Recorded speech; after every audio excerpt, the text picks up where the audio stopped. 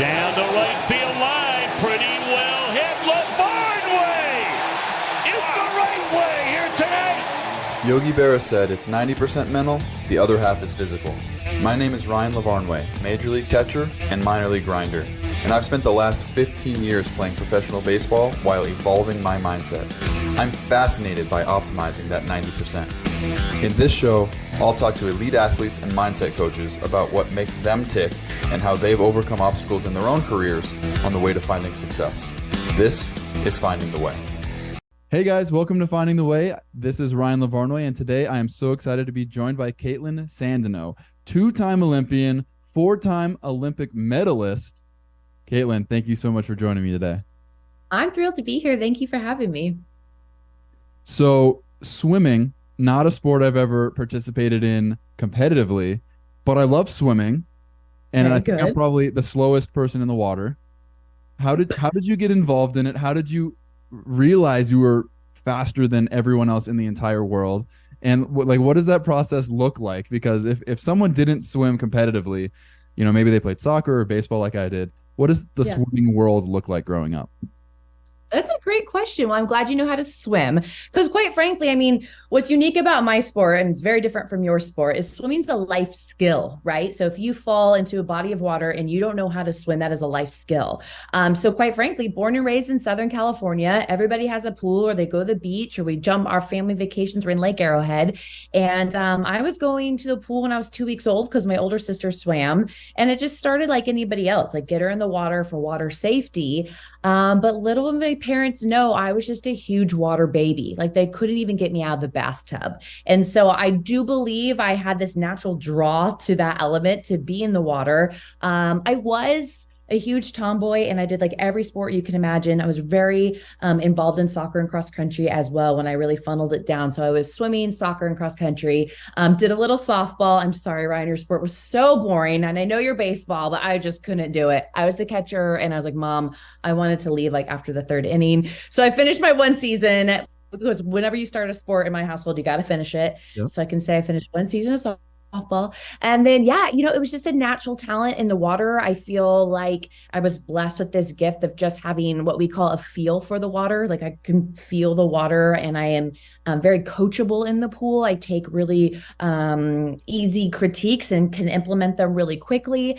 I would say I was always good, and I was quick, and I was speedy, but I was very small and petite until I went through puberty. So I went through a process in my swimming career where I was technically sound, but I didn't have the physical stature to really compete. And I was still in the mix, but the girls that were going through puberty that were tall, that had some body weight on them, they were beating me. And it wasn't until I started getting some of that height and getting a little bit more muscle and a little bit more weight on my body where I really started to excel. And that was right around 15 years old. And I made my first Olympic team at 17, and it was pretty magical.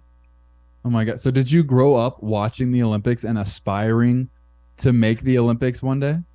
I wanted to play soccer. I wanted to be on the World Cup team, and I really loved watching gymnastics, but then I ended up being too tall for that. I liked swimming, but I was never, I wasn't glued to the TV watching swimming. I definitely had people I looked up to, like Janet Evans and Summer Sanders.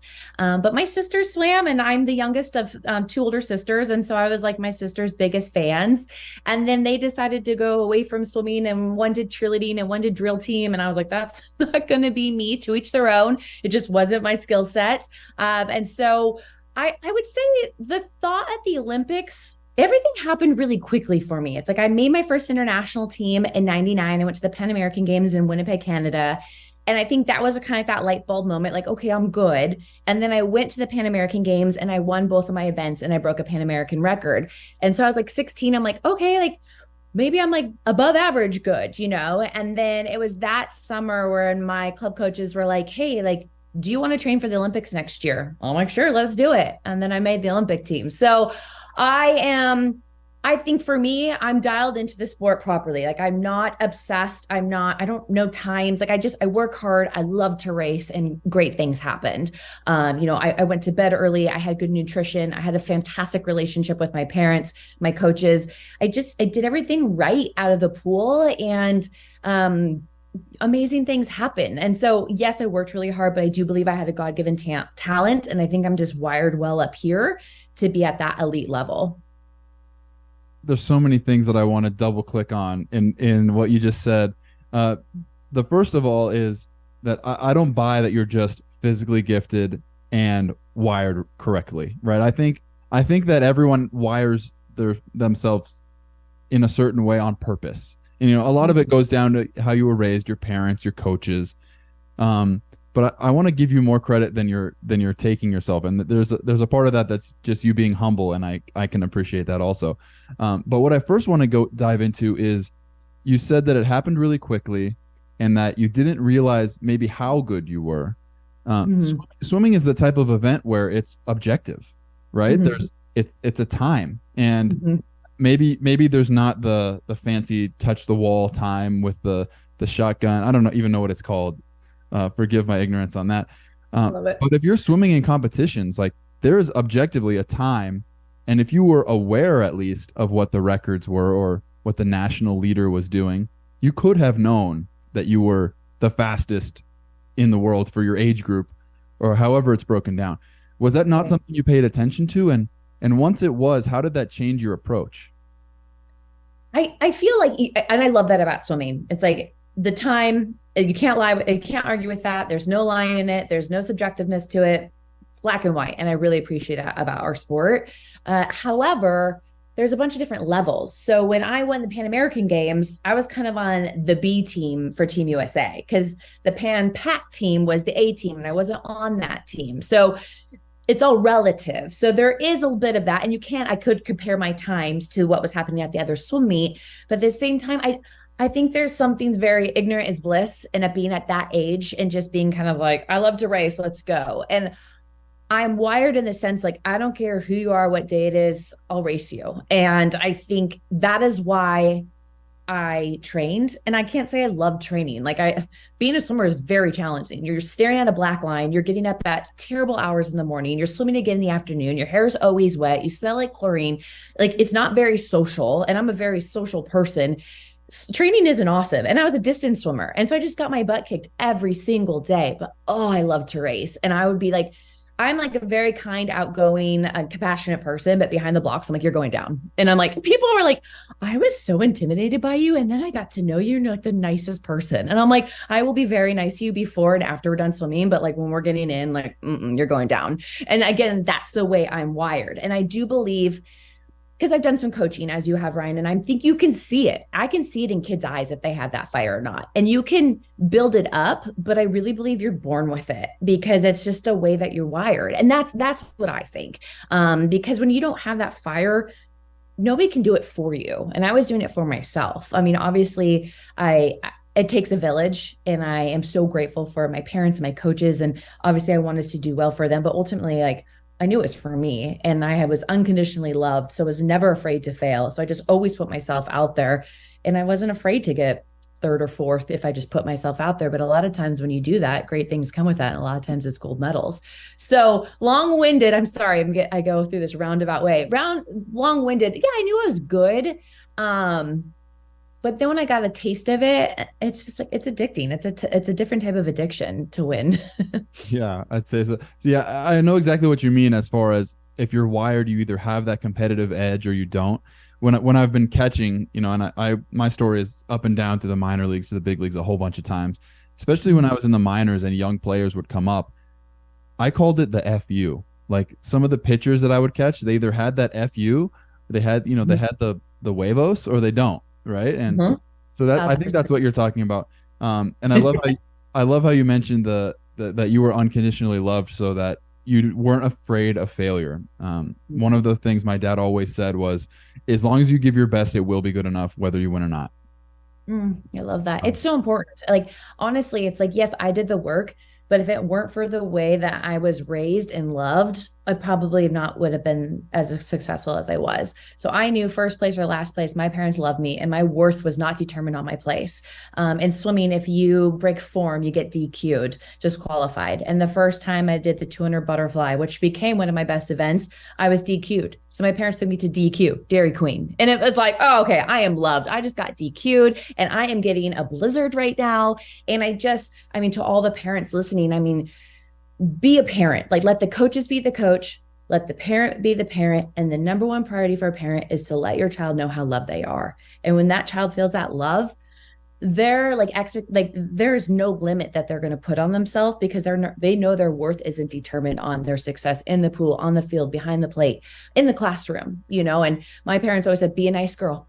Be a nice girl. Like, it wasn't like win, kick butt. My mom used to say, like, kick butt and have fun. But it was always like, be a nice girl. And like, here I am 40 years old and I'll like leave for a trip. And my mom will be like, and be a nice girl. Like, that is like our family motto, because nobody's going to root for you if you're not nice.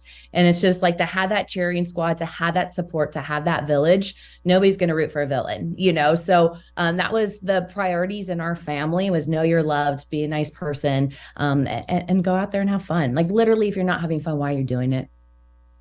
If you haven't written a book that's titled "I Got DQ'd, so I got DQ," or if that's not like a sponsorship opportunity waiting to happen, that's amazing. So good amazing. idea. I'm emailing them now. Yeah, perfect. Get your marketing team on the Dairy Queen train. I want to double click on one last thing you said. So you were competitive and you didn't know your score, but you also talked about how you stared at the black line at the bottom of the pool as you were competing. Mm-hmm. I've always wondered, can you feel the people next to you, or do you see them in your peripheral vision and then you end up swimming faster? Yeah, you definitely can see them or sense them. It's hard though, because it's 8 lanes. So if it's staggered by how you're seated, so the top seat will always be in lane 4. And lane 1 is 7th place and lane 8 is the 8th place. So like by speed. So it's usually kind of like this as you watch down the pool. So if you're in lane 4, you can really see the outside, but you can't see 1 and 8. So lane 1 and 8 are also actually a really cool lane to be in for like outside smoke or like that dark horse. But yeah, when you breathe, you can see on backstroke, you can kind of see like arms, you can sense people. When you do flip turns, you can see, but really, you want to stay down the middle of the pool. The fastest point to A to B is a straight line. So you don't want to be wiggling down the course of the pool. So it's a unique sport where people are like, oh yeah, it's a team sport. You have relays, you're on a team. But it's an individual sport. Like, you are in your head, you are following a black line, you are swimming 4 to 5 hours a day with your head in the water. And it's funny too, because like, you're holding your breath. So when I was done competing, I'd go to the gym. Everybody's like, Kaitlin, you can breathe. I'm like, I'm so used to working out, holding my breath. I'm like lifting weights, like, and I'm like, breathe, Kaitlin, breathe. And so it's just it's a unique sport. It's a unique cardio. I can swim all day, but I can't run all day. And runners can probably run all day and they can't swim all day. I've taken some of the top athletes in hockey, mixed martial arts, football, and I've taken them to pool workouts and they're toasted after 2 laps. I kid you not, 2 laps. And like, we would do a course of like 9,000 meters a day. That's insane. And so it's just a different type of cardio, and it's a full body sport or full body workout as well. So there's a lot of different dynamics that go into swimming that I don't know if the non-swimmer would appreciate. there's current in the pool. There's the dynamic of swimming in a deep pool is faster. So there's a lot that goes into it that kind of like maybe the average person wouldn't know about swimming. Interesting. I certainly didn't know that you would be faster in a deep pool. Yes, faster, deep. I wonder why. Is that because of the currents? The current? Yeah, all the scientific stuff behind it that I probably would do a terrible job explaining. So are pools in the Olympics deeper? Yeah, deeper in the Olympics. And then the gutter system is specific. The lane lines are specific. There's a lot of the technical side of it that goes into it. And now the bathing suits for swimming is a whole thing. The tighter the suit, the better, but it's hard to get into the aerodynamics of it, the material of it. It's a certain percentage that can give you buoyancy, but then if you have too much buoyancy, you get DQ because your suit's not approved. There's a lot. There's definitely a lot. You mentioned something in that last soliloquy monologue, which I wanted to get into, and I'm so glad you brought it up, about how swimming is a sport that it's a team sport, but it's also an individual sport.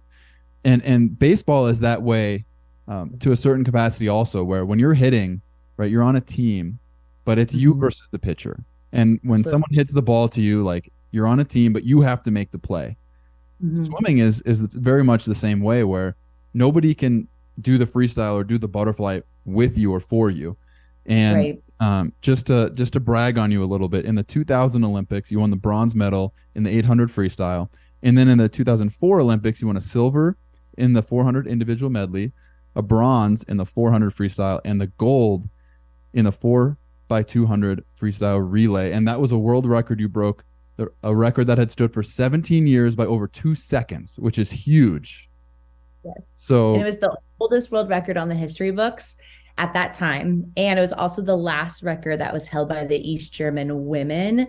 So it was like that last drug tainted record that everybody knew was a doped record, but they couldn't take it off the books. And so we wiped it clean. So that had like a lot of, like even Australia, who was our biggest rivals, they came over and congratulated us. Like everybody was thrilled to get that record off the books, because it, you know, all sports have the dirtiness of it, but swimming was, it was very known that was a doped record, and it couldn't get taken off until somebody did something about it. So we did something about it, and it was like really, really cool to be on that relay.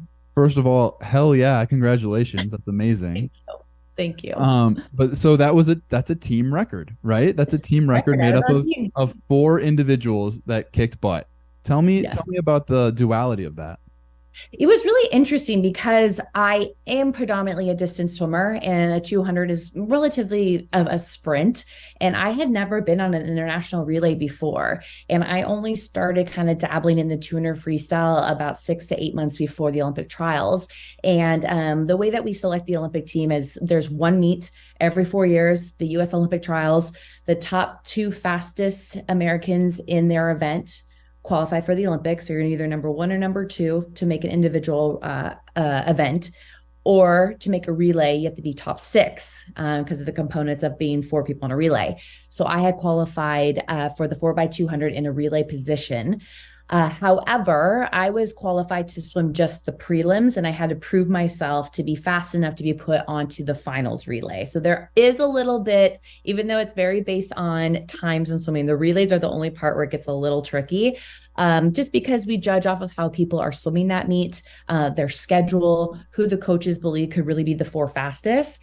And the relay was going to be my last event at these the 2004 Olympic Games, and I was just on fire. I had had this race of my life in the 400 individual medley, and then I swam fantastic the next day, and I was just on a roll. And the coaches were like, "Okay, Kaitlin, we're going to put you on the relay for finals only. We're going to rest you for the morning." I had like kind of this intense meet schedule, and I was just really honored. And they're like, "Oh, and we're going to put you as anchor." I was like, "Oh, no way. Yeah, that's it. That's a huge honor." I'm like, A, I've never been on an international relay before. B, let's put me as anchor. And they're just like, "You're on fire. You do well under pressure. We know you can handle this. Like your teammates agree, your coaches agree." And so put on this relay with, girls, women that I knew, obviously, but we didn't train together in the States. Like I was at USC, our leadoff, Natalie Coughlin, was at Cal. We were like rivals in college, and now we're like teammates on the same relay. She had this iconic, epic leadoff leg that was just surreal. And then the ladies that went second and third just held it together for us. And by the time I dove in, I knew the gold medal was like on a silver platter. I was basically like, "Kaitlin, don't screw this up." But I didn't really know about the world record. Again, I don't really pay attention to records. My goal always is to go my best and see what happens. But people have been talking about it, so it's kind of in the back of my head. But in my head, I'm just like, "Don't blow this gold medal." And by the time we touched, like I was like celebrating because I knew we had won. And then I see like a WR next to our time. I'm like, WR. And I'm like, "Natalie, is that a world record?" She's like, "Yes, it's a world record." And like everybody was going crazy. And for real, like people from other countries were coming up to us. Like everybody's like, well done, like amazing feat. Like, thank you for getting that record. Like we were on the front of newspapers. We were at the Today Show. Like it was a really big deal. So the sense of pride, it's always magnetic to win a to win a gold medal, but to break a world record and to have this significance behind this record was truly an honor. It was just really well respected across the globe. Yeah, pretty well. And let's give a shout out to Carly Piper and Dana Vollmer as the second and the third legs as well, because you let Natalie get her credit. Yeah, Very cool. absolutely. Those it was funny too because Dana was like super young, and we had like this super young girl. Like I hardly knew her. I was like she was new to the scene, and she was like swimming so amazing. Carly trained in like Wisconsin. Like I hardly had any interaction with Carly until so it's like kind of bringing these women from all over the U.S. and forming the best team. And I just know Natalie from she's from NorCal and from SoCal. We were like competitors all growing up. So the dynamic was so funny because we literally, I was like, oh, like we were total rivals. And then to be on this iconic relay together, and it really changed our relationship. You know, it just really solidified this dream that we shared, this experience that we shared, and then like a different level of respect. And it really kind of took that the rival out of our dynamics and just had solidified us as just, you know, teammates and just a lot of respect for each other. Isn't it crazy? In baseball, I know it's the same way. There's guys that I absolutely hate playing against. Like that guy's an SOB. He plays a certain way that I hate. And then Yeah. I've been traded so many times. You can see the helmets behind me. You end up playing with that guy, and he's the best teammate you ever had. Right, exactly. I mean, sports are so like interesting because I think competitive sports bring out a different side of people, right? Like I'm definitely a different person when I'm in the pool when I'm out of the pool, and then just the teammates across that you make across the world, and athletes are just interesting creatures, and you're not going to get along with everybody. But then when you find that level of respect or on that playing field together, it just brings a whole new component to it. So you're done swimming. You ended up retiring after the '08 trials. Mhm. Tell me what you've been doing now. Wow, it's been an interesting journey to say the least. I'm very passion motivated. Anything that I believe in, anything for a great cause, I get 100% behind, and it just like sparks so much joy in me. So for quite some time, I represented the Jessie Rees Foundation. I still support this foundation. It's all about spreading hope, joy, and love to children fighting cancer and to encourage them to never, ever give up. So during my career, I had a lot of obstacles, a lot of injuries between 2000 and 2004. I didn't know if I'd be able to keep swimming. I had this debilitating back injury that was just excruciating. For the longest time, nobody knew what was wrong with me. So, syncing up with the Jessie Rees Foundation, whose whole motto is never ever give up, was literally my swimming motto. But gosh, I've done over like 150 children's hospital visits and taking my medals to encourage kids to never give up and continuing something this little girl named Jessie Joy Rees started. And she was actually a swimmer in our community too. And so she was diagnosed with an inoperable tumor, and she wanted to spread joy and encouragement to these children while she was going through her own battle. And so she started these things called joy jars. And so when she passed away, her family gave me the honor to continue Jessie's legacy and to travel the United States, continuing what Jessie wanted to be done. And so that to me really filled my passion cup. It came to me at a time where I was a little lost after swimming, and it's hard when you've been to the pinnacle of your sport, where you stood on the podium and watched your flag go up and get a gold medal, and you're like, so now what? You know, I was like 21 when that happened too, you know, so I'm like, please don't tell me my best was when I was at 21. So the foundation really filled that passion for me, that void that I felt like I wanted to be a part of something bigger. And then 4 years ago, I became a general manager of a professional swim team. It was called the International Swimming League, and that was surreal. It was amazing. One of the first female general managers in sport history. And we traveled the world, and we were trying to elevate our sport. And you know, swimming is so popular every 4 years when the Olympics rolls around. They're like, oh, I always watching swimming. Swimming's my favorite thing I watch. But then in between, it's like nobody cares. And so we were trying to elevate this sport and to give this financial opportunities too for our current swimmers, because there's not a lot of money in swimming, but they dedicate so much of their time that they can't have a full-time job and train for the Olympics. And a lot of times, like swimmer, like the prime of swimmers is getting older. Like it's not necessarily college like it used to be, and high school for girls. I mean, they're getting much older. Like women are competing still. Unfortunately, the league only survived 3 years before they hit some financial kind of roadblocks. So right now I'm really involved in the USA swimming community, doing a lot of hosting and commentating. I have been the live MC for the last two Olympic trials, and we'll be doing it this year. I'm really excited. We'll be in the Lucas Oil Stadium with our pool inside of there. So it's surreal. It's never been done in our sport before. Really fired up for that. Really trying to use my story to inspire, encourage. I love speaking engagements. I love traveling the country to just kind of share my experience. Like this is what happened to me, and this is what I learned, and this is what I would like to encourage you. Brian, I think your story is really relatable too. I mean, I have a relatable story because it wasn't always gold medals and world records. And I think when you say you're moving between the minors and the majors, like that's a hustle, like that's real life. Like, and people can relate to that. You know, I trained with Michael Phelps. Like, Michael's amazing. He's surreal. And I'm sure people would love to hear and pay a lot of money to hear him speak, but he's not relatable. Like, every time he falls in the pool, he wins and breaks world records, you know, and that happens once in a lifetime. Like, we will never see a Michael Phelps again. And so I think when you have stories like we do, where it's like, I can relate, like, yeah, it doesn't always go your way and you're like on a high and then you get knocked down and then reality sets in and then you got to hustle and grind to get back up. That's real life. And that's, even if you're not a swimmer, even if you're not a catcher, like that's life, and people like to have that inspiration. And so I think that's where my story is unique, that yeah, it sounded magical. I made my first Olympic team so easily, but from 2000, 2004, like it was so hard.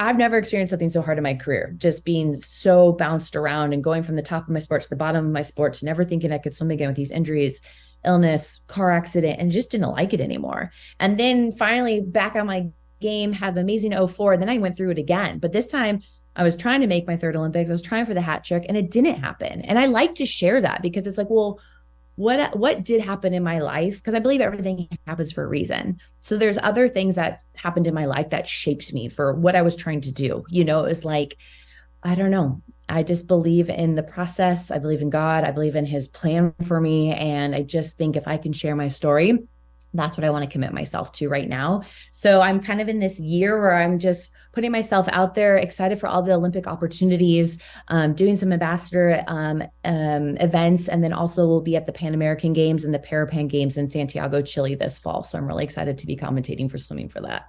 That's incredible. That's so incredible. And Kaitlin, thank you so much for sharing your story. Yes. The up and downs, the hardships, the successes. But before I let you go, I always ask every guest one question at the very end.